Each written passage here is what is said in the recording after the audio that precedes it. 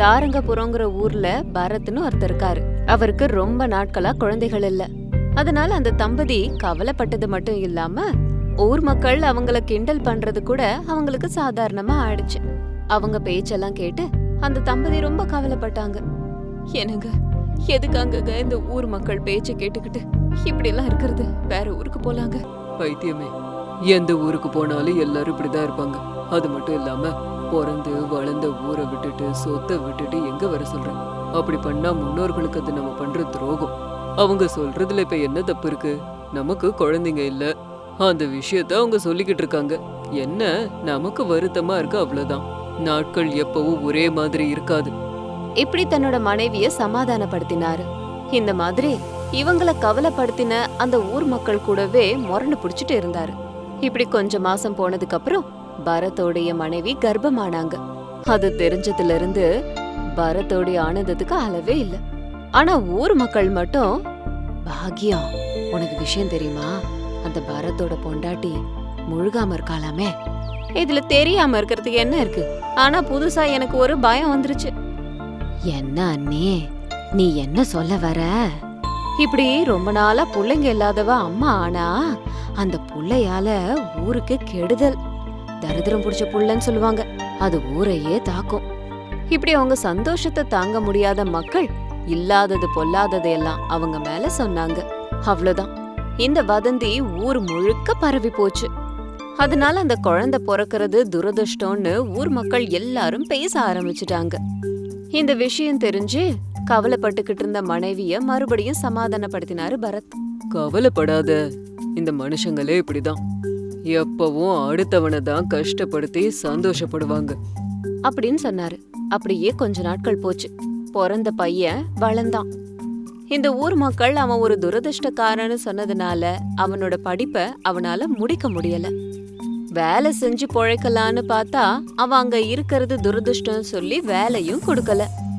இப்படி தன்னோட மக அவமானப்படுத்துறத பார்க்க முடியாம அந்த சோகத்திலேயே பரத்தும் அவரோட மனைவியும் அந்த துக்கம் தாங்க முடியாம கொஞ்சம் கொஞ்சமா செத்துக்கிட்டு இருந்தாங்க. 2 பேரையும் இழந்த விஜய் தனியாளாயிட்டான்.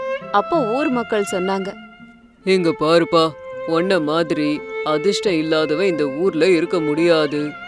இவ்ளோ நாள் உங்க அப்பா அம்மா முகத்தை பார்த்து உன்னை விட்டோம், இனிமே நீ இந்த ஊருக்குள்ள இருக்க முடியாது இப்படின்னு ஊர் மக்கள் சொன்னதுனால அந்த ஊரை விட்டுட்டு பக்கத்துல உள்ள காட்டுல வாழ வந்தான்.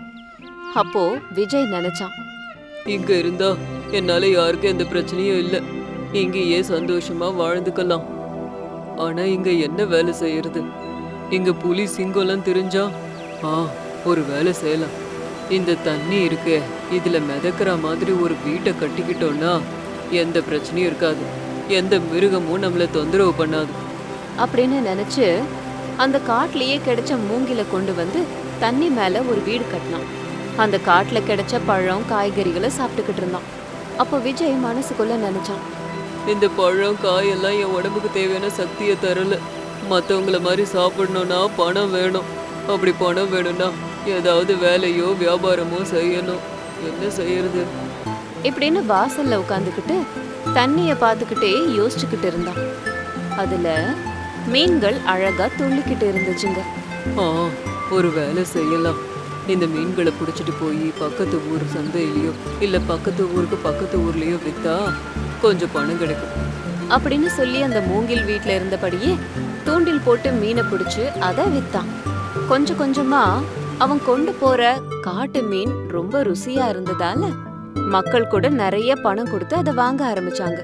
அதுக்கப்புறம் எல்லார மாதிரியும் அவனும் சாப்பிட்டு அந்த காட்டுலயே மூங்கில் வீட்டுல வாழ்ந்து தூண்டில் போட்டு மீனை பிடிச்சு அதை வித்துக்கிட்டு வாழ்க்கைய நடத்தினான். தேனிப்பட்டணங்கிற ஊர்ல கங்காராம் அப்படிங்கிற ஒரு கார் டிரைவர் இருந்தான். அவனோடது பெரிய குடும்பம். அவனுக்கு மனைவி 3 குழந்தைங்களோட அம்மா அனாரோக்கியத்தோட இருக்க அப்பா இருந்தாங்க. அவங்க ஊரை பத்தி சொல்லணும்னா அதுக்கு ஒரு சிறப்பு இருக்கு. அந்த ஊர் மக்கள் எல்லாரும் ஒரே சொல்லால கட்டுப்பாடோட இருந்தாங்க. அதனால அந்த கிராமம் எப்பவும் அமைதியாவே இருக்கும். ஊர் மக்கள் கூட ஆனந்தமா வாழ்ந்துட்டு வந்தாங்க. ஒரு நாள் கங்காராமோட அம்மா அவன்கிட்ட சொன்னாங்க, ஏன்பா கங்கா, முந்தா நேத்து உங்க அப்பாவை ஹாஸ்பிட்டல் கூட்டிட்டு போனேன். சில டெஸ்ட் புது மருந்து எழுதி கொடுத்துருக்காங்க. அதுக்கு நிறைய செலவாகும் போல இருக்கேப்பா. இப்ப என்னடா பண்ணலாம் தம்பி? அப்பாவோட வைத்தியத்தை கொஞ்சம் நிறுத்தலாமா? என்னமோ சொல்ற? அவர் என்னோட அப்பா.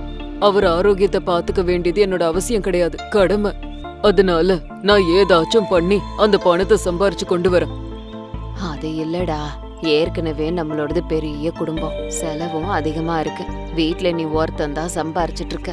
செலவெல்லாம் உங்க அப்பாக்கே சரியா போயிடுது. பாவம், மருமகளோ நாள் முழுக்க குழந்தைங்களையும் வீட்டையும் பாத்துக்கிறான்.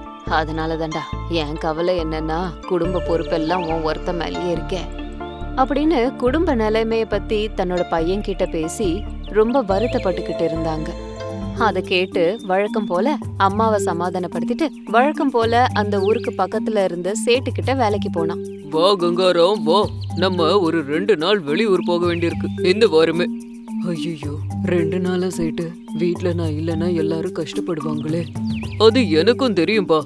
ஆனா உன்ன மாதிரி நம்பிக்கைக்குரியவன் எனக்கு கிடைக்க மாட்டானே.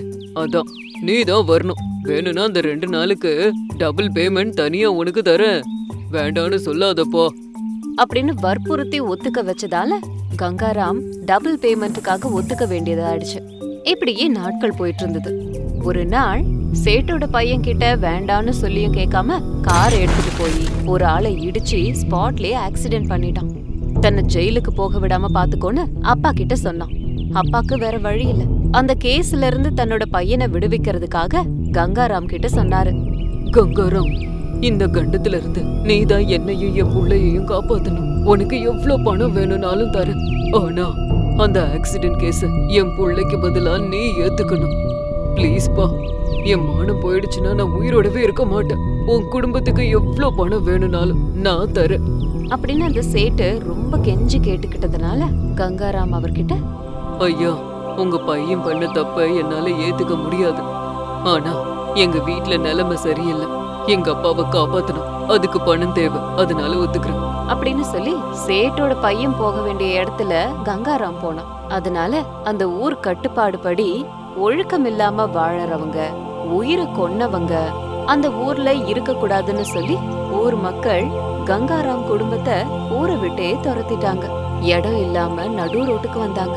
அப்போ ஒரு பழைய ரயில் போட்டியில எல்லாரும் தஞ்சம் அடைஞ்சாங்க. அங்கேயே தங்கினாங்க. ஒரு நாள் நிறைய மழை பெஞ்சதுனால அந்த பொட்டி தண்ணில முழுகுச்சு.